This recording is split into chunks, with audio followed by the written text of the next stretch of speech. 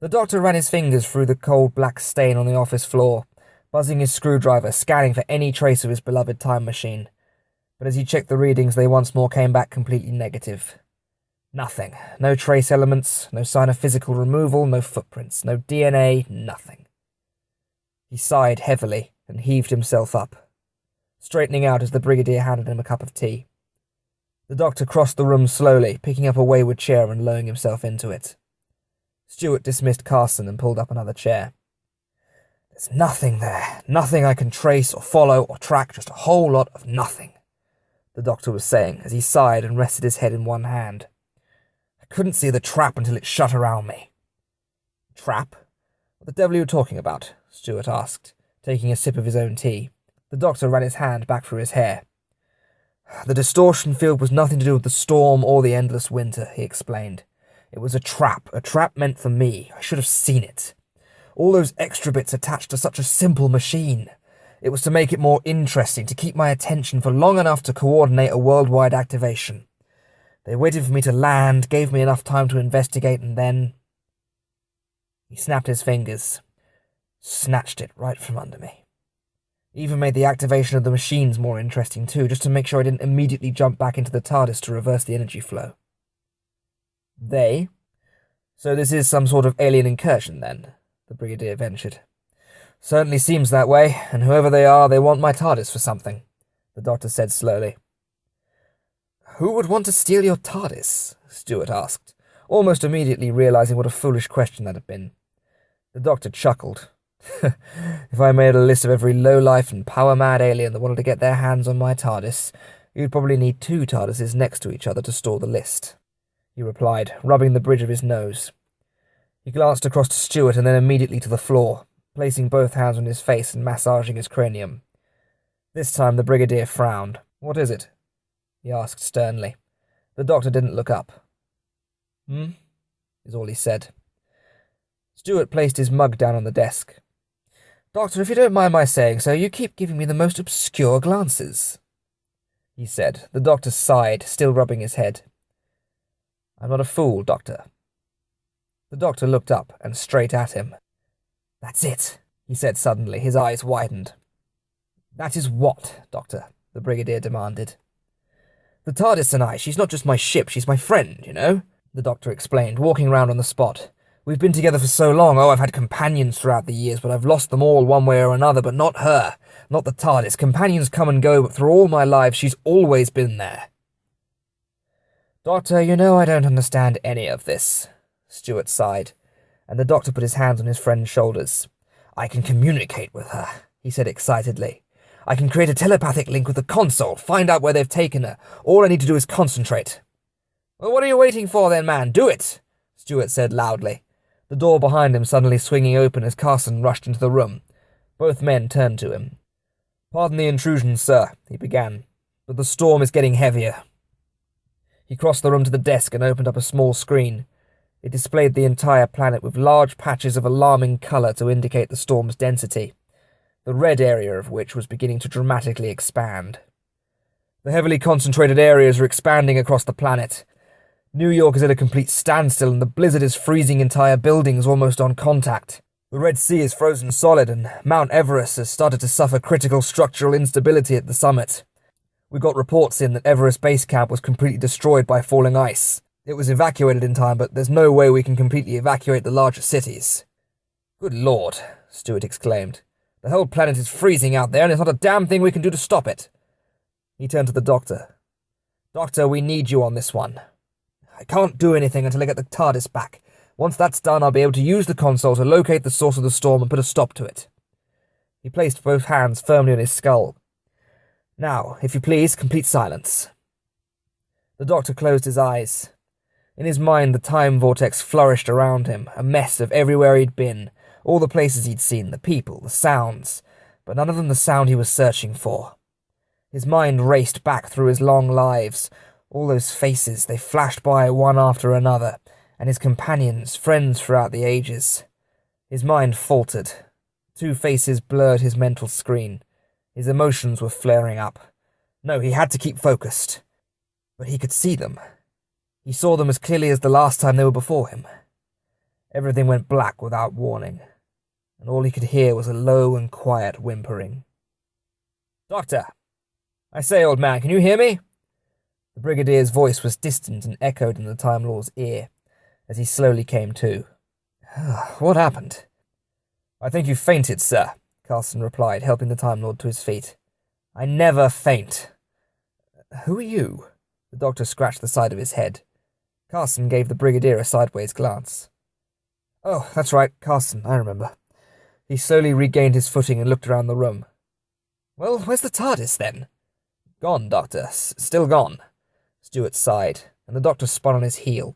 "Well, of course it's gone, Brigadier. Do keep up," he said quickly. "I couldn't maintain the link. I got distracted. What's the situation on the storm?" Carson sighed heavily, pulling up his chart. "Areas around the distortion field are buried in 12 feet of snow. Temperatures are pushing -40, he reported. "A general evacuation order has been issued to those cities within reach of the generators, but there's nowhere to go. The whole planet is freezing to death out there."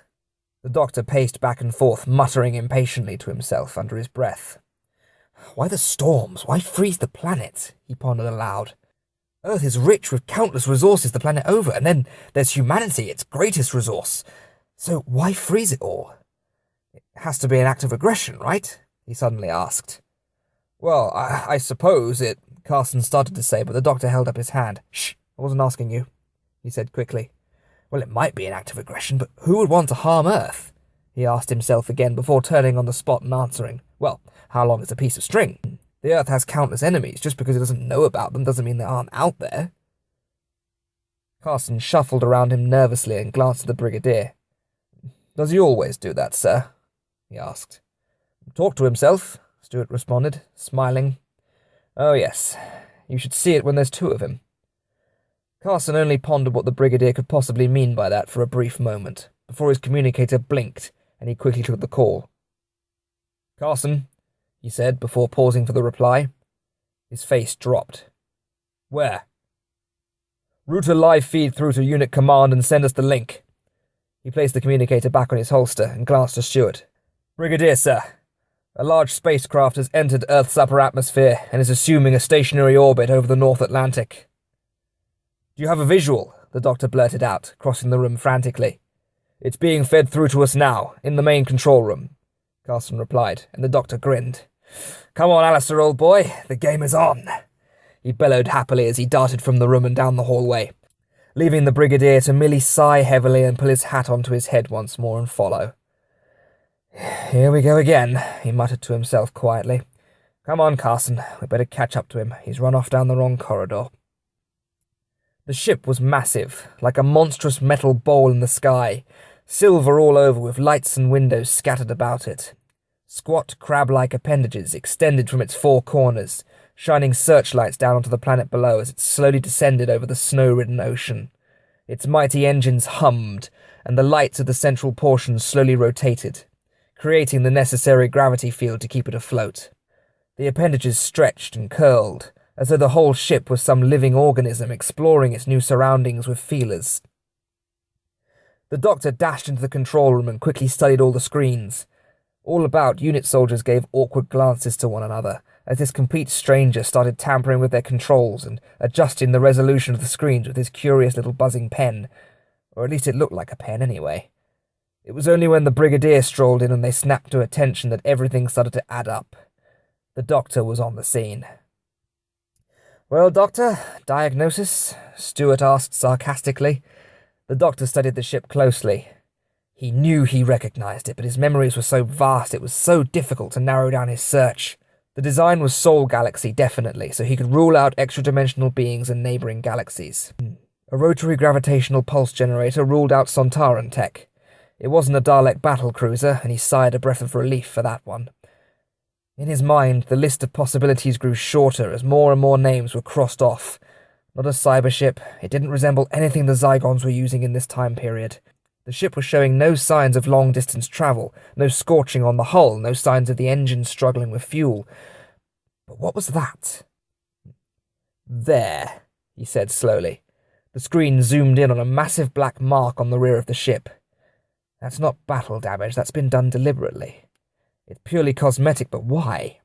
Some sort of camouflage, perhaps, Carson suggested. The doctor just chuckled to himself. What a soldier thing to say. Sir, someone called from the other side of the room. We have contact. What is it? Stewart demanded, crossing the room to the main monitor. Shielded communication, originating from the ship. It's attempting to contact the base, the soldier reported, turning slowly to them. Whoever they are, they want to speak to the doctor. The doctor smiled. He loved it when they were direct. Tell them the doctor will see them now, he grinned, crossing the room to the monitor, patting his hair and straightening his collar. He turned to the Brigadier and held out his arms. How do I look? Like a man who's just crawled out from under a rock for the first time in 10 years, Stewart replied slowly. The doctor shrugged and signalled the unit soldier to establish the contact. This is the doctor speaking, Time Lord of Gallifrey, casual observer of history, defender of the free universe, and spectacular soprano. He winked at Stewart, who merely held his hand reluctantly over his face in disbelief. To whom am I speaking? The reception was crackled and the picture unclear, but he could make out one thing. A shuddering breath. Not shuddering from fear, but from bitter cold. The sound of breathing harshly through gritted teeth. And as soon as he heard that sound, he almost didn't need to see any more. He knew what this was. The creature fuzzed into view. It was massive. At least 7 feet tall and clad all over in glistening emerald armour, as smooth as ice and dotted with tiny gems of moisture. Its hulking form made the head seem small in comparison, sat squat upon the shoulders and clad in a tight helmet of a similar design, but with a goggle-like visor of shining red. Of the creature within, only the mouth was visible. Green flesh framed a jagged maw with dozens of razor-sharp teeth of dull yellow. Its lips quivered as it breathed, and before long they curled into a vicious scowl. Doctor, the Ice Warrior spoke, suddenly and bitterly. Your face has changed, but I remember you. The doctor held his ground and glared back at the Martian, but even so he felt his hand clutch at the edge of his pocket nervously. I'm sorry, have we met? He asked sarcastically, attempting to cover his anxiety, but the Martian could see straight through it as it uttered a low growl. You don't remember me, it growled. We met in battle, in the underwater vessel miles below the sea. Your face was different then. You begged me for mercy, and like a fool, I allowed you to live. My people came for me, but they scorned me for my dishonor, cast me into the vastness of space alone, because of you. The doctor's eyes widened, and he took an unintentional step back. Skaldak. Grand Marshal Skaldak. He almost whispered through his shock.